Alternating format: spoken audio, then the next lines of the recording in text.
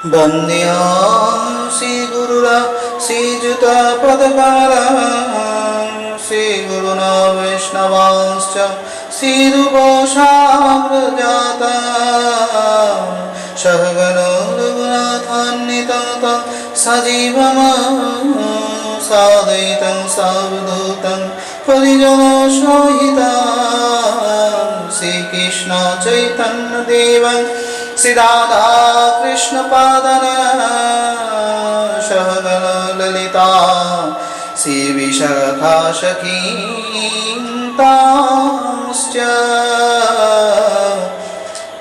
अज्ञानतिमिरान्धस्य ज्ञानाञ्जनशलाकया चक्षुरुन्मीलितं येन तस्मै श्री गुरवे नमो नमः। आनंद नीलमय विग्रह हेमावदिव्य छवि सुंदराय कृष्ण प्रेम रस प्रदायिनी श्री चैतन्य चंद्राय नमो नमः। नमो नलिनी नेत्राय विनुर्वर्ध विनोदिने राधाधरो सुधापाने शलिनी वनमालिनी राधा रसिश्वरीं रम्मं गोविन्दं महिनीं परां विश्वभानुं सुतं देवी नमामि हरिप्रियां। वृन्दा वै तुलसीदेवा वै प्रिया वै केशवश्च कृष्ण भक्ति पदे देवी सत्यवत्यै नमो नमः। वाञ्छाकल्पतरुभ्यश्च कृपा सिन्धुभ्येव च पतितानां पावनेभ्यो वैष्णवेभ्यो नमो नमः। हरे कृष्ण कृष्ण कृष्ण हरे हरे हरे राम राम राम हरे हरे। नमस्कार। सकल भक्तेर श्री चरणे आमार प्रणाम रेखे श्री गुरुदेवेर आशीर्बाद माथाय निये आमरा श्रीमद् भागवतेर रसास्वादन करे चलेछि। विशेष करे कृष्ण तत्व पर्व 3 आमरा एखन गमन करब, जेखाने आमरा मंथन करब, रसास्वादन करब एवं हृदयके आरो आनंद प्रदान करब। पूर्वे आमरा आलोचना करेছিলাম मा যশোদা গোপালের মুখমণ্ডলে ভগবানের বিশ্বরূপ দর্শন করেছিলেন। এবার সেই মা যশোদাই দেখুন কত ভাগ্যবান।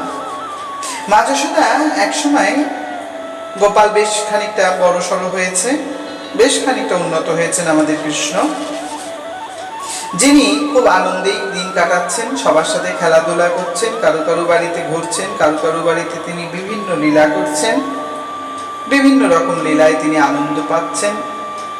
কখনো কখনো তিনি এদিক ওদিক ওই জায়গায় সেই জায়গায় ঘুরে বেড়াচ্ছেন, তার মধ্যে একটা বিরাট আনন্দ। মা যশোদার সেবা করার সেরকম একটা সুযোগ হয় না, কারণ মহারানী একেই, তার অনেক কাজ, তাই কিছু দাস দাসীদের রেখে দিয়েছেন, দাসীরা সেবা করেন, গোপালকে ধরে রাখেন, খুব খুব ভীষণভাবে উন্নত স্নেহের সেবা করেন দাসীরা। গোপাল বেশিরভাগ সময় স্তন দুগ্ধ পান করতেন, মা যশোদা মাঝে মাঝেই সেটা পান করাতেন, বিশেষ আনন্দ পেতেন। গোপালকে কোনো রকমেই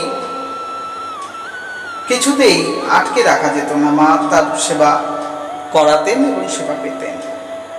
একদিন মা যশোদা মনে মনে ভাবলেন, তখন ওই ইন্দ্রের পুজো দিতে নন্দ মহারাজা যাচ্ছেন, পরিস্থিতিটা এরকম। তো নন্দ মহারাজা বললেন, হ্যাঁ গো, গোপালকে দাও, আমি ওকে নিয়ে যাই, কৃষ্ণকে দাও। তো মা বললেন, না, তুমি ওকে নিও না, বরঞ্চ থাক, জয় জয়ের পুজো দেব আর আমি ওকে ঘরে রাখবো। গোপালের জন্য মা পদ্মগন্ধা নামক একটা গাভী ছিল, খুব সুন্দর গাভী, খুব নামি দামি গাভী। 1 লক্ষ এমনি সাধারণ গাভীর দুধ এক জায়গায় করলে যতটা পুষ্টি শক্তি হয়, ওই গাভীর দুধে একটা গরুর দুধেই অতটা পুষ্টি আছে। সেই পদ্মগন্ধা গাভীর দুগ্ধ মা মন্থন করছেন এবং গোপালের সেবায় দেবেন, এটাই তার নীতি। সঙ্গে বলরামও রয়েছেন। মা যশোদার যথারীতি এই নিয়মটা পালন করবেন বলেই চলেছেন। একসময় মা যশোদা এই নিয়মটা পালন করবার জন্য বড় আনন্দ পাচ্ছেন।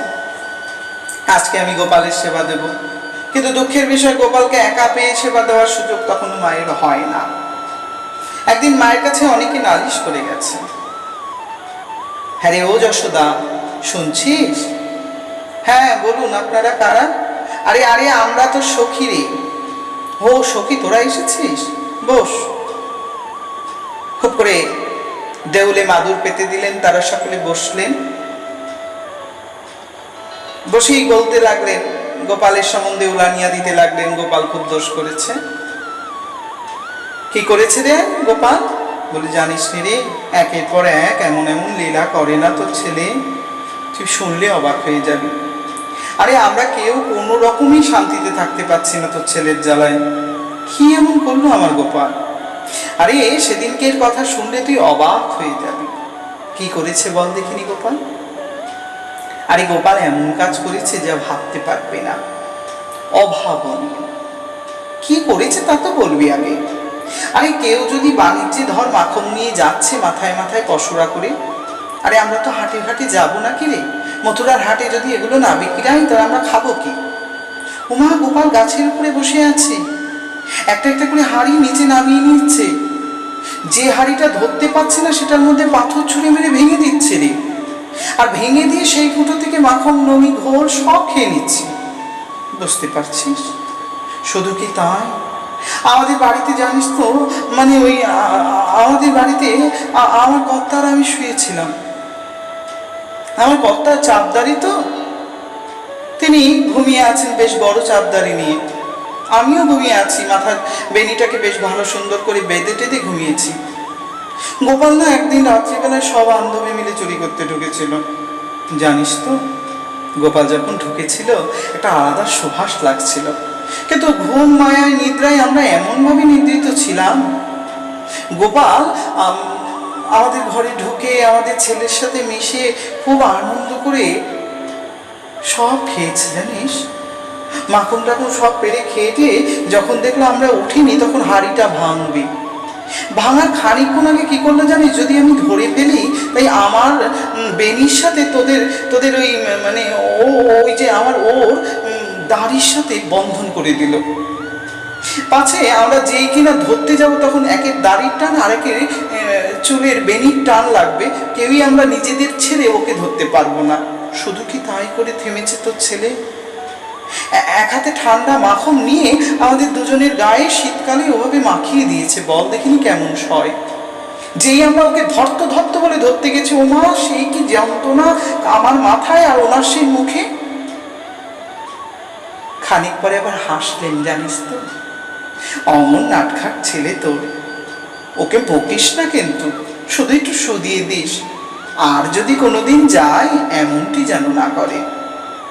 আর ওইভাবে উপর থেকে নামার কি দরকার? দরজা খুলে রাখবো, ও যেদিন খুশি সেদিন গিয়ে ওর মন মতন মাখন খেয়ে আসবে। আসলে নেমন্তন্ন দিতে এসেছেন তারা, নালিশ করতে নয়।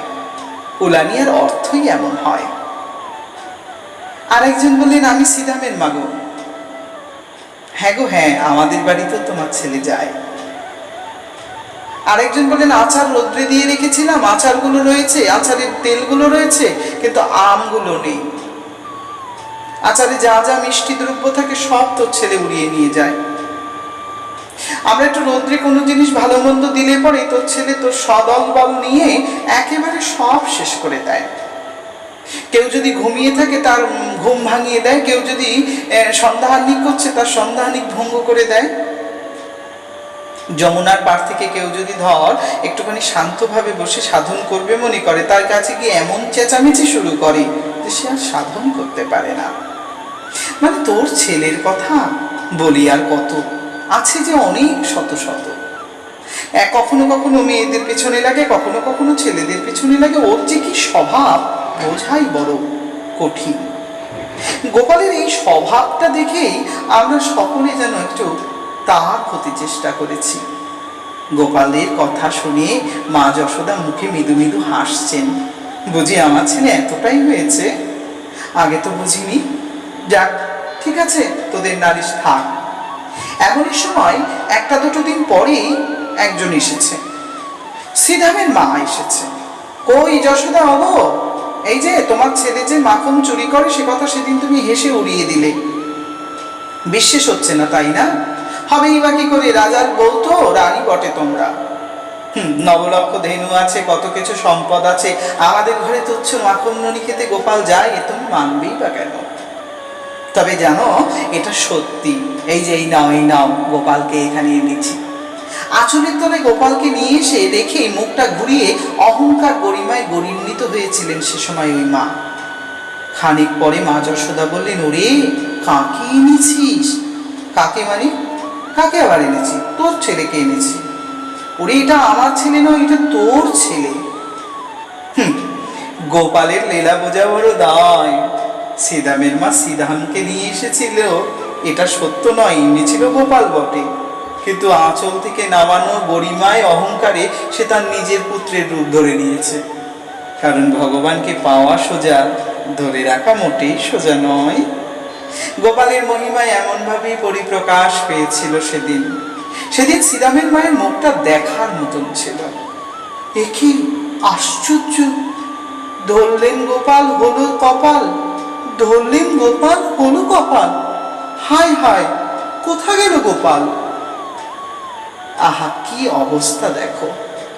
গোপাল নিয়ে এলাম, হয়ে গেল আমার ছেলে শ্রীরাম। মাথা নত করে যশোদার সামনে লজ্জিত হয়ে বেরিয়ে সেই দরজার সামনেই দেখতে পেলেন গোপাল দাঁড়িয়ে আছে। কি গো কাকি, কেমন লাগলো? ওমা, তুই এখানে আবার? আচ্ছা গোপাল, সত্যি করে বল, তুই আমার কোলে ছিলি নে? ছিলেন তো, কিন্তু তোমার ষড়যন্ত্রে আর আমি থাকতে পারলেন না। তোমার মধ্যে যে আমাকে পাওয়ার অহংকার জন্মেছে, তাই আমি আমার রূপ বদলে নিয়েছি। এরকম অহংকার যদি আবার কোনোদিন দেখাও, এবার তো তোমার ছেলে হয়েছিলেন গো, পরের বার না তোমার স্বামীর রূপ ধরে বসবো। সেদিন কিন্তু আর মাথা কাউকে দেখাতে পারবে না, মুখ দেখানোর ক্ষমতা তোমার থাকবে না। একেবারে ট্রেডিং করে দিলেন ভগবান কৃষ্ণ। শ্রীরামের মায়ের কার আর সাহস হয় এমন করার? পরের দিন সবাইকে এই লীলার কথা বললেন বটে। সবাই বললেন, আহা, আমাদের ঘরে যদি গোপাল আসে, আমরা প্রতিদিন আমাদের ঘরের দরজা খুলে রাখব। আমাদের নবনী যদি গোপাল নিজের হাতে না খায়, তাহলে নবনী সারথ্য হবে না, আমাদের মন্থনের পরিশ্রম বিফল হয়ে যাবে। গোপালই তো আমাদের একমাত্র অবলম্বন। মা যশোদা নালিশ শুনে গেছেন, কিন্তু সেদিন গোপালের রূপটা শ্রীদাম হয়েছিল তা মা যশোদা মেনে নিয়েছিলেন, কিন্তু মনে মনে ভাবছেন গোপালকে সংযত করতে হবে। দাসীদের হাতে সেবা পেয়ে পেয়ে গোপাল হয়তো রুচি রাখে না ভোজনে, তাই অন্যের ওর বাড়িতে গিয়ে খায়। আমি মন্থন করব। তাই আজ গিরিরাজের গোবর্ধনের পুজো, মানে ইন্দ্র পুজোর খানিক আগে, কখনো গোবর্ধন পুজো হয়নি, ইন্দ্র পুজো, তার খানিক আগেই মা যশোদা ননী মাখন মন্থন করবেন মনস্থ করলেন। সে রাত্রে পদ্মগন্ধা গাভীর পিছন পিছন মা যশোদা ছুটছে, কারণ এই গাভী দাঁড়িয়ে দুগ্ধ দান করে না, দৌড়তে দৌড়তেই নিতে হবে। গাভীর আবার চুক্তি আছে, হরিনাম না শুনলে দুগ্ধ দেয় না। হরির নাম শুনতে শুনতে গাভী দুগ্ধ দিলেন, এবং সেই দুগ্ধ পাত্রে করে যখনই আনছেন, তখন হঠাৎ রোহিণীর সাথে দেখা। হ্যাঁ রে, ও যশোদা, কি নিয়ে যাচ্ছিস এমনি? লুকিয়ে নিচ্ছিস কেন? আগে গো দিদি, আসলে ব্যাপারটা হলো। বলতে পারছেন না। গোপাল উপর থেকে সব শুনছেন, কারণ রোহিণীকে গোপালই পাঠিয়েছে।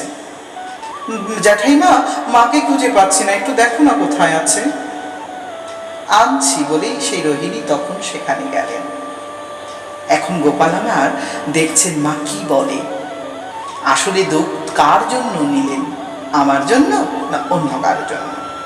এদিকে যশোদা মনে মনে বলছে, যদি দুধ বলি কানাইয়ের জন্য নিয়েছি বা কৃষ্ণের জন্য, তাহলে বলবে বলরামকেও একটু দাও, কারণ পুষ্টিকর দুগ্ধ তো, তার ছেলেরও পুষ্টি চাইবে সে, পাছে আমার গোপালের সেবায় ভাগ পড়ে যাবে।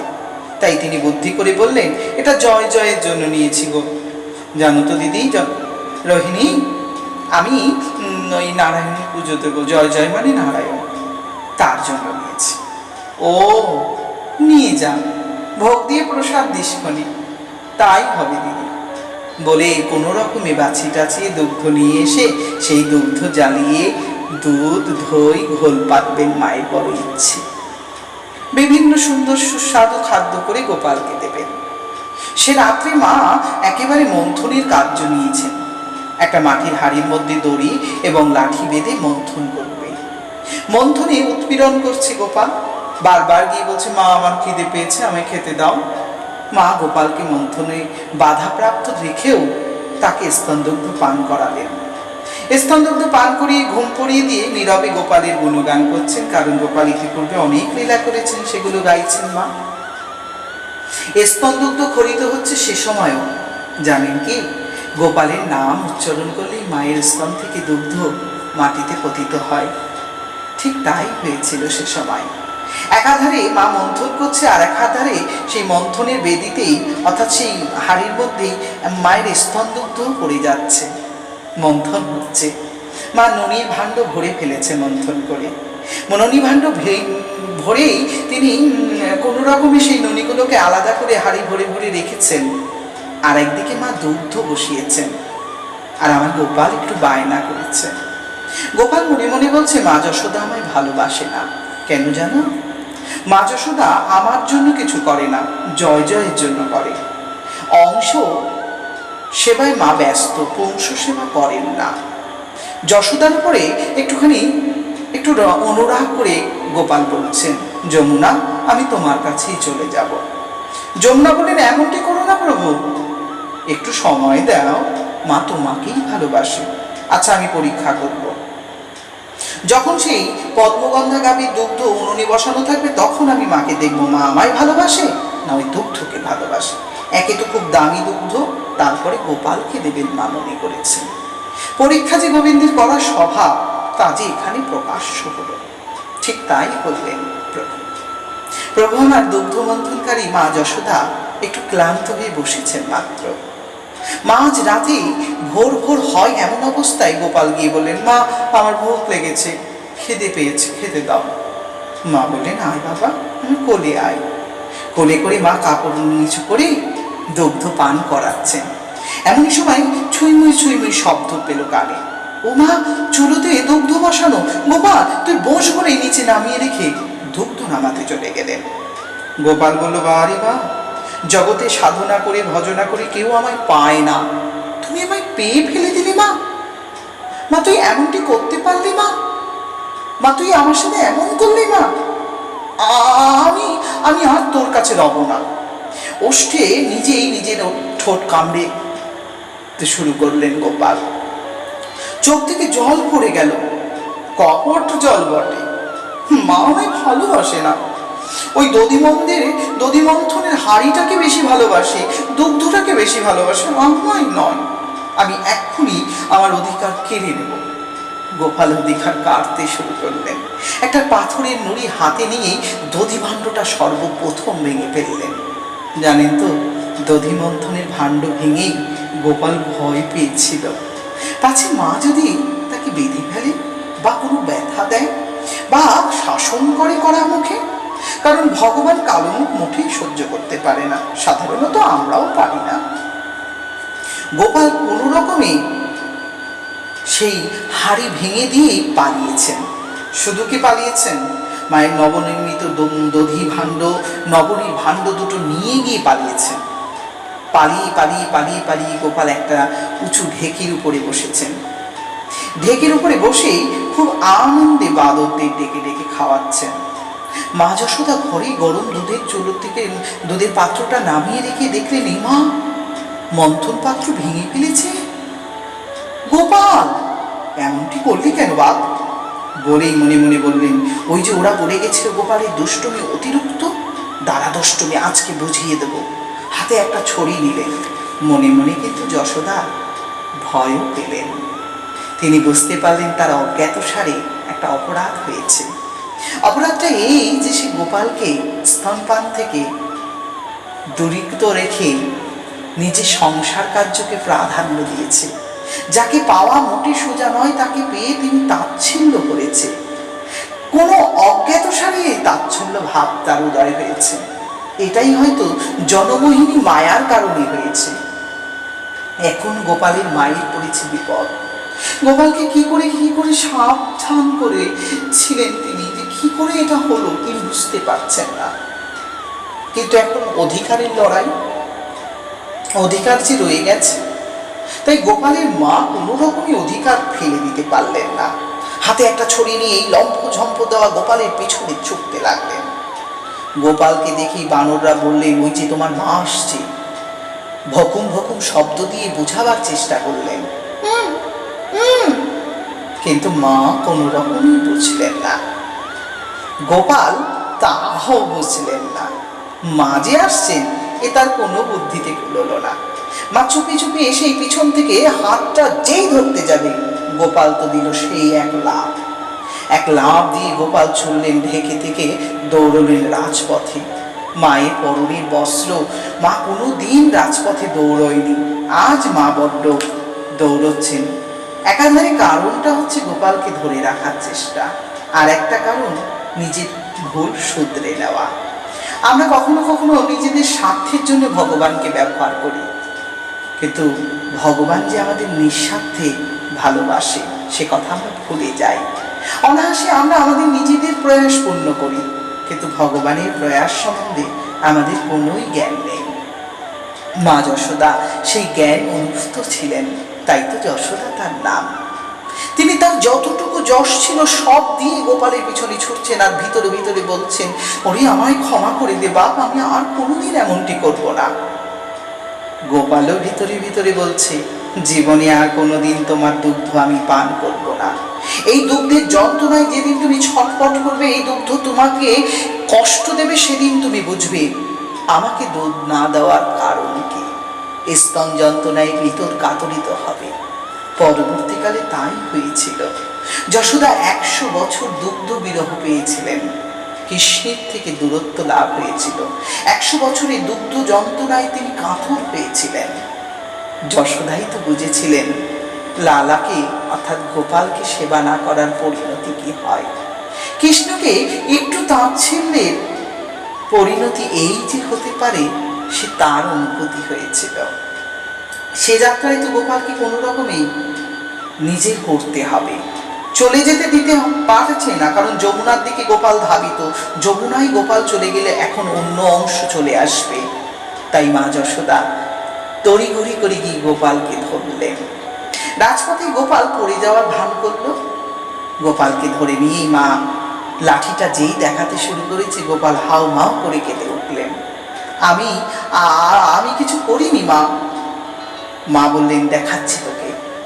দু চোখ এমন ভাবে মুছতে শুরু করেছে যেন দু চোখের কাজল সারা মুখে কালি মুখিয়ে দিচ্ছে।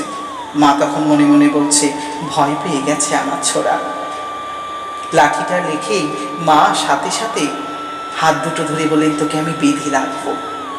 বাঁধবো বলেই মা নিয়ে গেলেন উদুকলের কাছে।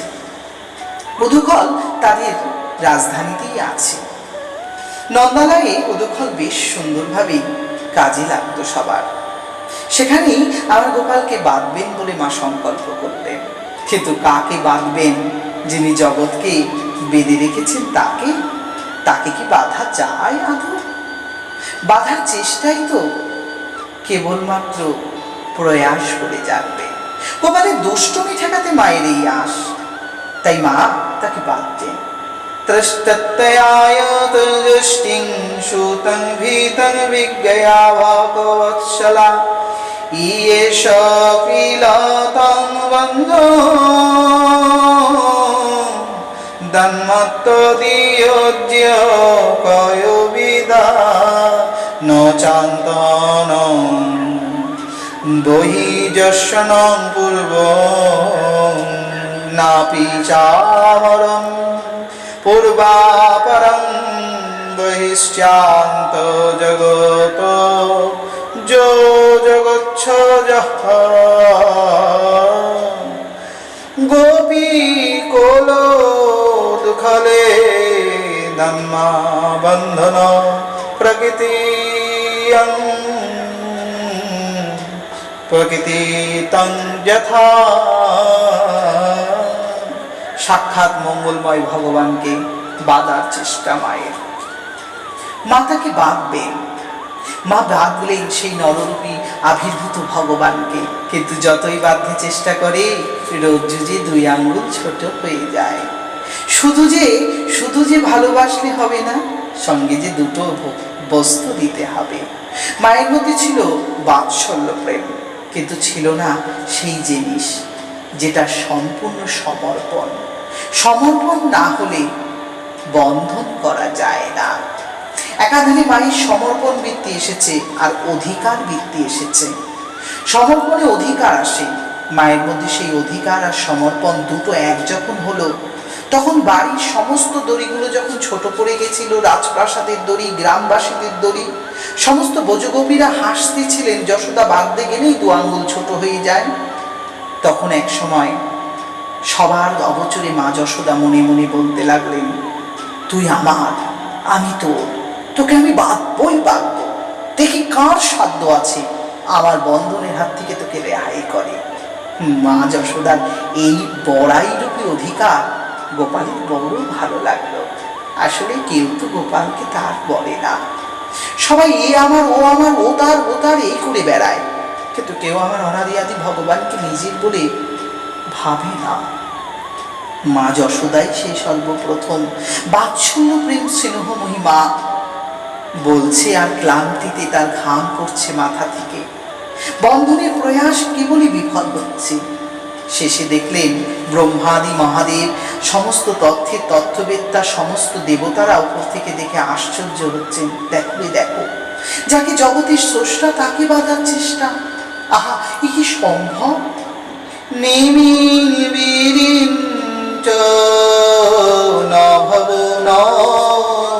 শ্রীরূপাঙ্গ সঙ্গশ্রয়া প্রাসাদং লেভিরে গোপী যৎ প্রাতপ বিমুক্তিদাত নায়ং সুখাপ ভগবানং দেহিনাং গোপিকাসুত জ্ঞানিনাং চাত্মভূতানাং যথা ভক্তিমতামিহ। ব্রহ্মাদি মহাদেব, সমস্ত তত্ত্ববেত্তারা বললেন, কত ভাগ্য দেখো, মা লক্ষ্মী স্বয়ং ভগবানের বক্ষে বিলাসিনী, তারও এই সৌভাগ্য হয়নি। আমাদের কথা তো বাদ, দেবতারা, ঋষিরা, মুনিরা কেউ এই সৌভাগ্য পায়নি যা যশোদা পেল। ধন্য ধন্য তুমি মা যশোদা, পূর্ণ হলে এবার তুমি, তোমায় শত শত প্রণাম। তোমার বন্ধনে পূর্ণ হলো তোমার ভক্তির ভগবান। বাধো তারে আপন তরে, বন্ধন করো নিজ ডোরে। তোমায় বেদমাজারে রাখবো, ছেড়ে দেব না। তোমায় মন মন্দিরে রাখবো হরি, যেতে দেব না। বেঁধেছে মা মায়ের গোপাল, ছেড়ে দেবে না। গোপাল গোপাল আমার গোপাল, জয় জয় জয় মদন গোপাল। তুমি আমার, আমি তোমার, ওহে আমার গোপাল। একাধারে মা এমনটি করেই বাঁধলেন গোপালকে। মা নিজের মতন করে গোপালকে বন্ধন করলেন। গোপাল বন্ধনে আবদ্ধ হলো, লিপিবদ্ধ হলো প্রেমের কাহিনী, স্নেহ ভক্তি বাৎসল্য প্রেমের কাহিনী ইতিহাসকে উন্নত করল। ধর্মের সমস্ত নিয়মের ঊর্ধ্বে গেলেন যশোদা, কারণ অধিকার আর সমর্পণ এই 2টি আঙ্গুল তার কম ছিল, যেটা এখন পূর্ণ হয়েছে। তাই যশোদার বন্ধনে গোপালও স্বীকৃতি হলেন। তিনি বন্ধন স্বীকার করে নিলেন, কারণ ভগবান ভক্ত বিনে থাকতে পারে না। ভক্তই আমার মাতা পিতা, ভক্তই আমার গুরু, ভক্তের লাগি আমি হইলাম বাঞ্ছা কল্পতরু। যে জন আমায় ভজে, আমি তারে ভজি, যে জন আমায় ডাকে আমি তারে ডাকি। এমন সুন্দর গোপালের লীলা আস্বাদন করছেন রাজা পরীক্ষিত। দুনয়নে জল, বিকশিত মন, প্রকাশিত জীবন, মরণে নাই ভয়, শুনতে শুনতে আরো আনন্দ হয় হৃদয়। এমনই অমৃতময় কথা, যা শেষ নয়, শুরুর পথে করে আনন্দের আশ্রয়। যাবার এপার ওপার সব সময় যে বল ইন্ধন দেয়, যে দেহকে চলার শক্তি দেয়, যে মনকে বলার শক্তি দেয়, সেই গোপালের চরণে অনন্ত কোটি প্রণাম। সেই হরি কথায় আনন্দধারী ভক্তদের চরণে অনন্ত কোটি প্রণাম। আমার গোপালের লীলা বন্ধন হলো গোপাল, দাম বন্ধন নামে এই লীলা খ্যাত হলো সংসারে। আজও এই মাসকে দামোদর মাস বলা হয়। আমার গোপাল এ সময় জমালোজ্জন বৃক্ষ উদ্ধার করবে। ভগবান জমালোজ্জন বৃক্ষকে উদ্ধার করবেন। কেমন করে করবেন? মা যশোদা গোপালকে বেঁধে থুয়ে গেছেন, বেঁধে থুয়ে উদুকলে বেঁধে থুয়ে মা চলে গেছেন। মা মনে মনে বলছে খানিক পরেই আমি ওকে নিয়ে যাব, দুষ্টুমিটা তো একটু থামো। এদিকে মা বড় ঘরে বসে বসে রোদন করে, আর একাধারে গোপাল মনে মনে বলছেন বাধার কারণও কিছু তো থাকবে। হ্যাঁ, একটা কারণই তো আমি কারো বন্ধন স্বীকার করি না। পূর্বে আমার ভক্ত নারদ মুনি যে কথা বলেছেন তাও তো আমাকে পালন করতে হবে। বাড়ির উঠোনের বেশ খানিকটা দূরেই দুটি পূর্ব বৃক্ষ রয়েছে, বহু বছর ধরে সে বৃক্ষগুলি সেখানে বিদ্যমান। 100 দিব্য বছর, একাধারে 1000 দিব্য বছর কাল পর্যন্ত ওদের আয়ু। ওরা সেদিন থেকে এখানে পড়ে আছে। তাই বন্ধু বান্ধবীরা এসে বললেন গোপাল বাঁধলো কে? মা বেঁধেছে। ওরে ওরা একটু খোলার চেষ্টা কর। শ্রীদাম সুদাম দাম্ব সুদাম আদি সখারা এরা সকলেই প্রয়াস করলো, কিন্তু বাধা গেল না। কারণ আমার গোপালকে বাধা মোটেই সোজা কথা নয়। চেষ্টা বিফল হলো, কোনো রকমই বাঁধতে পারল, মুক্ত করতে পারলেন না, মানে খুলতে পারলেন না। মায়ের বন্ধন খোলা কি এতই সোজা? যতই খোলার চেষ্টা করে সেখানে ততই সমস্যা আসে, এবং যতবার চেষ্টা করে ততবারই সমস্যা। শেষে বলল ঠিক আছে থাক, খুলতে হবে না, চল ঠেলা দে তোরা। ভগবান নিজে হামাগুড়ি দিতে দিতে সেই জমালোজ্জন বৃক্ষটার খানিকটা কাছে গিয়ে বলল এবার এই গাছের মাঝখান থেকে আমি টান দেবো, দুপাশে দড়িটা ছিঁড়ে যাবে, আমি মুক্ত হয়ে যাব। মনে মনে যে ভগবানের ইচ্ছা, অন্য কিছু। এই জমালোজ্জন বৃক্ষের উপরে ভগবানের এত কেন দয়া প্রশ্ন করেছিলেন পরীক্ষিত মহারাজা। তখন স্বয়ং সুখদেব গোস্বামী বলেছিলেন এই জমালোজ্জন বৃক্ষ কিন্তু সাধারণ কেউ নয়, এরা হচ্ছেন কুবেরের পুত্র। কুবের হলো বিশ্বশ্রবা মুনির পুত্র, আর বিশ্বশ্রবা মুনির পুত্র কুবের স্বয়ং ব্রহ্মার নাতির পুত্র কুবের, যিনি শিবের বিশেষ ভক্ত এবং ধন সম্পদের দেবতা। সেই কুবেরের 2টি পুত্র ছিল, একটার নাম নলকুবের, একজনের নাম মণিগ্রীব। নলকুবের আর মণিগ্রীব যথেষ্ট উন্নত ছিলেন, ভক্ত ছিলেন, কিন্তু ভগবানকে না পাওয়ার বেদনায় তারা ঊর্ধ্বগামী হয়েছিলেন। আসলে অতিরিক্ত ঐশ্বর্য, সঙ্গে সঙ্গে যদি সৌন্দর্য থাকে, নিজের রূপ থাকে, আর যদি যৌবন অবস্থা থাকে, তার সাথে যদি থাকে অগাধ পয়সা, যেটা বাবার পয়সা বলা যেতে পারে, আর তার সাথে যদি চরিত্র ঠিক না থাকে, তাহলে একটা মানুষ উশৃঙ্খল হয়ে যায়, দাম্ভিক হয়ে যায়, নিজের হিতাহিত জ্ঞান থাকে না, অপরের অশ্রদ্ধা করে, পশু হত্যা করে, মানুষকে নষ্ট করে, ভ্রষ্ট করে, অপরের সম্পদ হরণ করে, অপরের স্ত্রী হরণ করে, এরকম অনেক আচরণ থাকে। আর ওই দুষ্টুরাও অন্যকেও দুষ্টু বলে মনে করে। এমনটাই হলো। মন্দাকিনী নদীর তীরে মা গঙ্গা বয়ে যাচ্ছেন। সেই গঙ্গায় কতগুলো অপ্সরাদের নগ্ন করে তারা স্নান করছেন, একাধারে মদ্যপান করছেন, আর একাধারে এই নগ্ন নারীদের সাথে তারা নগ্ন হয়ে স্নান করছেন। মন্দাকিনী গঙ্গা সহ্য করতে পারছেন না, তাই দেবঋষি নারদ সে সময় তাদের সৌভাগ্যক্রমে তাদের সামনে উপস্থিত হয়েছেন, এবং তিনি উপস্থিত হয়ে তাদের এই অবস্থা সম্বন্ধে তিনি তাদেরকে বোঝাবার চেষ্টা করেছেন। ওহে পাপিষ্ঠগণ, তোমরা ভুলে গেছো তোমরা দেবতার সমতুল্য। তোমরা যেহেতু উচ্চ পদে গেছো বলে নিজেদের হিতাহিত জ্ঞান ভুলে গেছো। এ দেহ একদিন কৃমি বিষ্ঠা সমতুল্য হবে, কুকুর বিড়ালের খাদ্য হবে এই দেহ, পশুর খাদ্য এই দেহ। একে নিয়ে এত গর্ব কেন করছো? তোমরা তোমাদের এই শরীর সম্বন্ধে কতটুকু জানো? তোমরা সঠিক হও, তোমরা উন্নত হও, নচেত তোমাদের এই জীবন বিনাশ প্রাপ্ত। যদিও সে সময় যত নগ্ন অপ্সরারা ছিলেন তারা নারদ মুনিকে দেখে সম্মান দেখিয়ে সেখান থেকে লজ্জায় বস্ত্র ধারণ করে চলে গেছিলেন, কিন্তু ওই দুইজন যাননি। একাধারে নারদ মুনিকে কোনো সম্মানই করলেন না, সাধুর সম্মান হলো না। সাধু সম্মান না হলেই তো এরকম পাপ গর্হিত কার্য হয়, আর সেই কার্য পরিচালিত হতে লাগলো। এই বিষয়ে কোনো সংশয় ছিল না। তারা উচ্ছৃঙ্খল হয়েছিলেন, কলুষে ছিলেন, তারা কলুষমুক্ত হতে পারেননি। ধন সম্পদে এটাই হয়। কোনো ধনী ব্যক্তির হৃদয়ে ভক্তি সহজে সঞ্চার হয় না। একাধারে ধন সম্পত্তি মানুষকে উচ্ছৃঙ্খল পথে নিয়ে যায়, বরঞ্চ একজন দরিদ্রের অল্পতে সন্তুষ্ট লাভ হয়। সে সারাটা দিনের মধ্যে কেবল ঈশ্বরের কাছ থেকে যা পায় তাতেই সন্তুষ্ট থাকে। তার অহংকার আসে না, গর্ব আসে না, তার আসে কেবল ভগবত ভক্তি ভজনের চেষ্টা।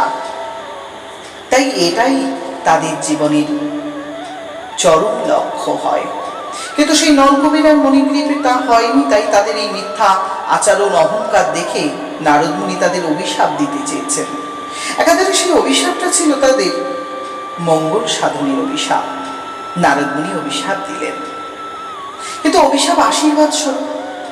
তোমাদের এই আচরণ, তোমাদের এই নগ্নতা রুদ্ধ না করার চেষ্টা, তোমরা সাধুকে সম্মান, প্রকৃতিকে সম্মান না দেওয়ার জন্য আমি তোমাদেরকে অভিশাপ দিলাম। তোমরা নগ্ন হয়েই থাকো চিরকাল।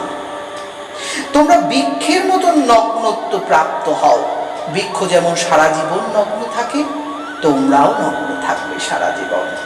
তোমরা এই নগ্ন শরীর বৃক্ষে রূপান্তরিত করো। এই দণ্ড তোমাদের উপযুক্ত হবে।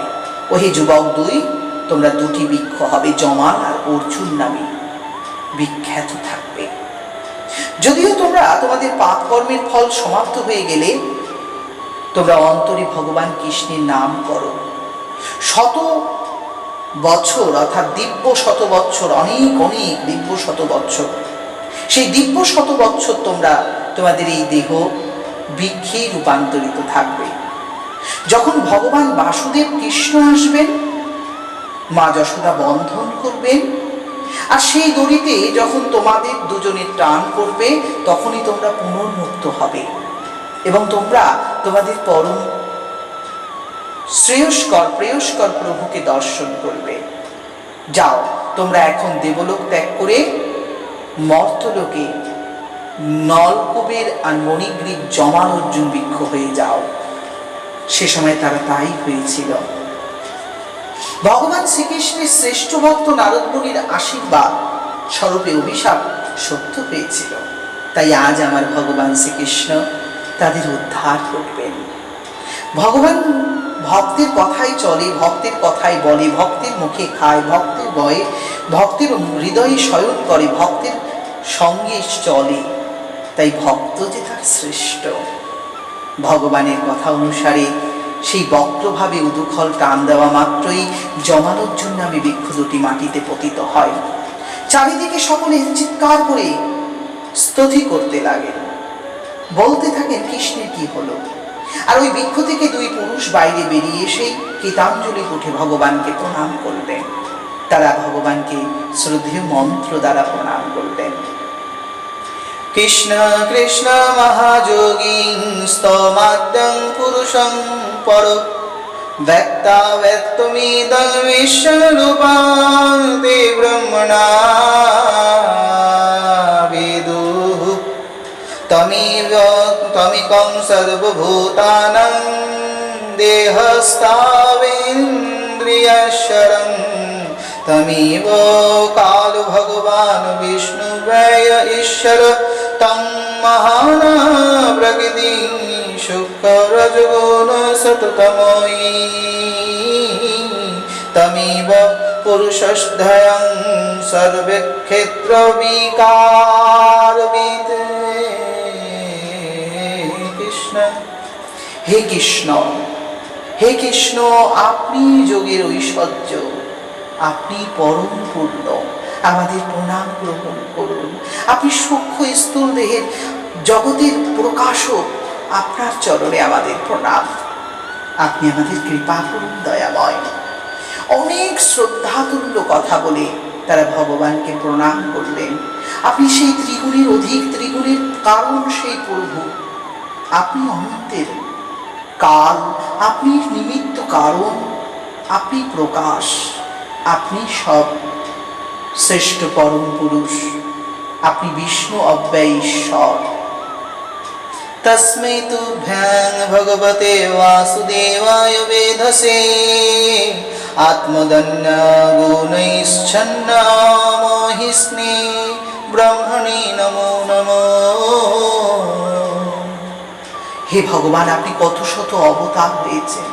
আপনি শঙ্কর্ষণ চতুর্বাহু রূপে বাসুদেব, আপনার শ্রীচরণে আমাদের সশ্রদ্ধ প্রণাম। মৎস্য কুর্ম বরাহ আদি কত রূপে আবির্ভূত হয়ে আপনি জীবের মঙ্গল করেছেন, আমাদেরও মঙ্গল করুন। একাধারে আমাদের কৃপা করুন প্রভু, আমরা যেন আপনার শ্রীচরণে সদা থাকতে পারি। নম পরম কল্যাণায় নম পরম মঙ্গলম বাসুদেবায় সন্তায় যদুনাপতে নমঃ। হে পরম কল্যাণময়, আপনাকে আমাদের সশ্রদ্ধ প্রণতি নিবেদন করি। হে পরম মঙ্গল, আপনার চরণে আমাদের প্রণাম। হে যদুপতি বাসুদেব, শান্ত রূপ, আপনাকে আমরা প্রণাম করে আমাদের শরণাগতি লাভ চাই।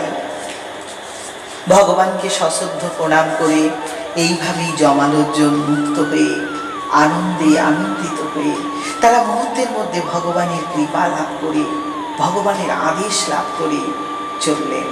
ভগবান তাদের বলেছিলেন, তোমরা সাধু সঙ্গ করেছ, দেবঋষি রাম নারদের কৃপা মাত্র, কিঞ্চিত সময় তার সঙ্গ ফল মাত্র তোমরা আমাকে লাভ করেছ। বিক্ষুব্ধ প্রাপ্তি হওয়া সত্ত্বেও তোমরা আমাকে পেয়েছ। সাধু সঙ্গের প্রভাব এমনই হয়। তগচ্ছং মৎপরম নলবকুবল নলকুবর সাধনম সসজ্জত মই ভাব বামিস্মৃত পরমম ভব। পরমেশ্বর ভগবানের কৃপায় নলকুবের আর মণিগ্রীবের সাধু সঙ্গের মহিমায় শিক্ষা প্রাপ্তি হল। নলকুবের আর মণিগ্রীব উদ্ধার হলেন। বাবা নন্দ মহারাজা ছুটে এসেছেন। দুটো গাছ ফুটেছে, যেন মনে হয় বজ্রাঘাত হয়েছে বৃন্দাবনে। গর্গমণি আগেই বলে গিয়েছিলেন, এনারা দুজন বলবান শক্তিবান পরমেশ্বর ভগবান, তাই এনাদের কাছে অনেক কিছু আসবে যাবে, তবে সবই জয় করতে পারবে। সকলে মিলে বললেন, গোপাল কোথায়, গোপাল কোথায়? তাদের মাঝখান থেকে নন্দ মহারাজা জিজ্ঞাসা করলেন কাউকে। কোনো কোনো ব্রজবাসী বললেন, গোপাল ওই তো, ওই যে গো, গাছের তলে পড়ে আছে। আবার কেউ কেউ বললেন, গাছ থেকে দুজন মহাপুরুষ বেরিয়ে এসেছিল, তাদের জ্যোতি দেখেই আমরা চোখ ঝলসে গেছিল। গোপালকে যেন কি সব বলছিল।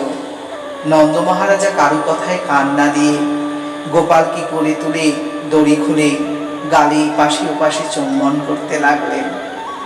আর গোপালও কাঁদতে কাঁদতে বললেন, দেখো বাবা, মা আমায় বেঁধেছে। উদুখলং বিখশনন্তং দন্ময়া বন্ধং চ বালকং পশ্চাদং কৌতুকাশ্চ মমোৎপাতং ইতি কাতরা বালায় চরণিং নীতি তিজগ্নাতো মূলখলং বিকর্ষতায় মধ্যগেন পুরুষবাপচোখনহি। পরমেশ্বর ভগবান শ্রীকৃষ্ণের উপরে প্রীত বাবা নন্দ মহারাজা স্নেহ প্রবল বাৎসল্য প্রেমী আতুল আত্মনাদন করে গোপালকে জড়িয়ে ধরে কি আনন্দ, কি আনন্দ! সে আনন্দ যেন আর অন্য কোথাও কখনো পাওয়া যায় না। নারায়ণীর সমতুল্য গোপাল গর্ভমুনি বলে গেছিলেন, তাই তিনি তাকে কোনো রকমে অযত্ন করেন না। যশোদাকে একটু বকুড়ি দিয়ে গোপালকে কোলে তুলে নিয়ে দড়ি মুক্ত করলেন, বন্ধন মুক্ত করলেন। উদখলং বিকর্ষণন্तं তন্ময়া বদ্ধং সমাদ্বয়ম বিল্লকানন্দ প্রসাদদন বিমূর্ছ। পরমেশ্বর ভগবানকে মুক্ত করলেন অনন্ত আনন্দময় করে। সাক্ষাৎ ভগবান মুক্ত হয়ে আনন্দ করলেন। পুতুলের হাতে পুতুল খেলার মতন ভগবান নিজেকে আনন্দে রাখলেন। ব্রজবাসীদের সঙ্গে এক আত্মা প্রাণ হয়ে ভগবান মিলে গেলেন। আনন্দের সাথে আনন্দ আরো মিলিত হয়ে প্রেমানন্দ রূপান্তরিত হলো। ব্রজবৃন্দাবনে একের পর এক আনন্দ ছুটতে লাগলো। গোপাল সঙ্গে আছে, চিন্তা কি আর তাই। কৃষ্ণ লীলা, কৃষ্ণ কথা, কৃষ্ণময় হয়েছিল বৃন্দাবন ধাম। রোহিণীর পুত্র বলরামের সঙ্গে কৃষ্ণ আজ যমুনা নদীর তীরে খেলা করছেন। খেলার ছলে মা যশোদা রোহিণী উভয় ডাকতে এসেছেন। বলরাম কৃষ্ণ বলে যখন রোহিণী মা ডাকছেন, তারা শুনছেন না। শেষে মা যশোদা স্নেহের অধিকারে ডাকছেন, গোপাল এখানে এসো। রোহিণী নন্দন বলরামকে ডাকছে, বলরাম এখানে এসো। তারা তখন ছুটে আসছেন। কৃষ্ণ কৃষ্ণারবিন্দাক্ষতাতয়তি স্থানাং পিবহ অহং বিহারে ক্ষুদাক্ত ক্রিয়ায়াস্তন্তোঃ ঋষি পুত্রক। তোমরা এখানে ছুটে এসো, শীঘ্রই খেয়ে যাও, তোমরা ক্ষুধায় অনেকটা সময় হয়েছে, তোমরা খেলাধুলা করছো, খেলাধুলা বন্ধ করো। হে রাম গচ্ছন্তাসু তাসৌ সানুজ্য নন্দ কুলনন্দনম প্রাতরেব কৃতাহারস্তদ ভবানো ভক্তো মোহতি। সেই কখন তোমরা খাওয়া দাওয়া করেছ, এখনই খেয়ে যাও, পরে আবার খেলাধুলা করো। এমন ভাবেই ব্রজলীলা ভগবানের কৃপায় চলতে লাগলো। যাই হোক, কৃষ্ণের দামবন্ধন লীলা সহিত যমালোচন উদ্ধার কথা শুনলেন। কৃষ্ণতত্ত্ব পর্ব 3 এই পর্যন্তই দিলাম। আবার যদি আপনাদের আনন্দ অনুকণ্ঠা থাকে, অবশ্যই আমি আবার আপনাদের কাছে দেব। তবে বিনতি রাখি একটাই, সবাইকে শোনাবেন, নিজেও শুনবেন, সবার মধ্যে এটা প্রচার রাখবেন। হরিকথা যত প্রচার হয়, ভগবান ততই খুশি হয়। এই যে নিঃসংকোচে প্রচার করা যেতেই পারে। আমরা যদি চেষ্টা করি 1 থেকে 2-এর কাছে পৌঁছে দিতে পারি, এটাই আমাদের জীবনের শ্রেষ্ঠতা। আমি ভক্ত হলাম, তার থেকেও বড় কথা, কাউকে ভক্ত করতে পারলে আমি উত্তম হতে পারবো। আবার এই কথাগুলো মনে রাখবেন, যদি আমার কোনো দোষ হয় ক্ষমা রাখবেন। আমি সাধারণ মানুষ মাত্র, আপনাদের আশীর্বাদে গুরু কৃপায় প্রয়াস চলছে। আশীর্বাদ সবসময় বহাল রাখবেন। আর এই চ্যানেলগুলোকে সাবস্ক্রাইব করে নেবেন, যদি পারেন লাইক করবেন, পছন্দ হলে কিছু বলবেন, কমেন্ট করবেন, অবশ্যই আমি সেগুলো দিকে খেয়াল রাখব। আপনারা কমেন্টমেন্ট বক্সে অবশ্যই কমেন্ট করতে পারেন। জানি আমার বলা কওয়া অতটা পছন্দ হবে না, তবুও চেষ্টা করি আপনাদের পছন্দ যাতে হয়। যাই হোক, আজ আপনাদের কাছ থেকে বিদায় নিলাম। কৃষ্ণদাস পাঠক। রাধে রাধে। বঞ্ছা কল্পতরুভ্যশ্চ কৃপা সিন্ধু এব চ পতিতানাং পাবনেভ্যো বৈষ্ণবেভ্যো নমো নমো। या जात वैष्णवाছো সবাইকারী নমস্কার। এইতে অপরাধ যেন না হয় আমার, হইয়াছেন হবেন যত গৌর ভক্ত বৃন্দ। একবার রাধা কৃষ্ণ প্রেমানন্দে বলো রাধে গোবিন্দ। হরে কৃষ্ণ কৃষ্ণ কৃষ্ণ হরে হরে, হরে রাম রাম রাম হরে হরে, রাধে রাধে রাধে রাধে রাধে।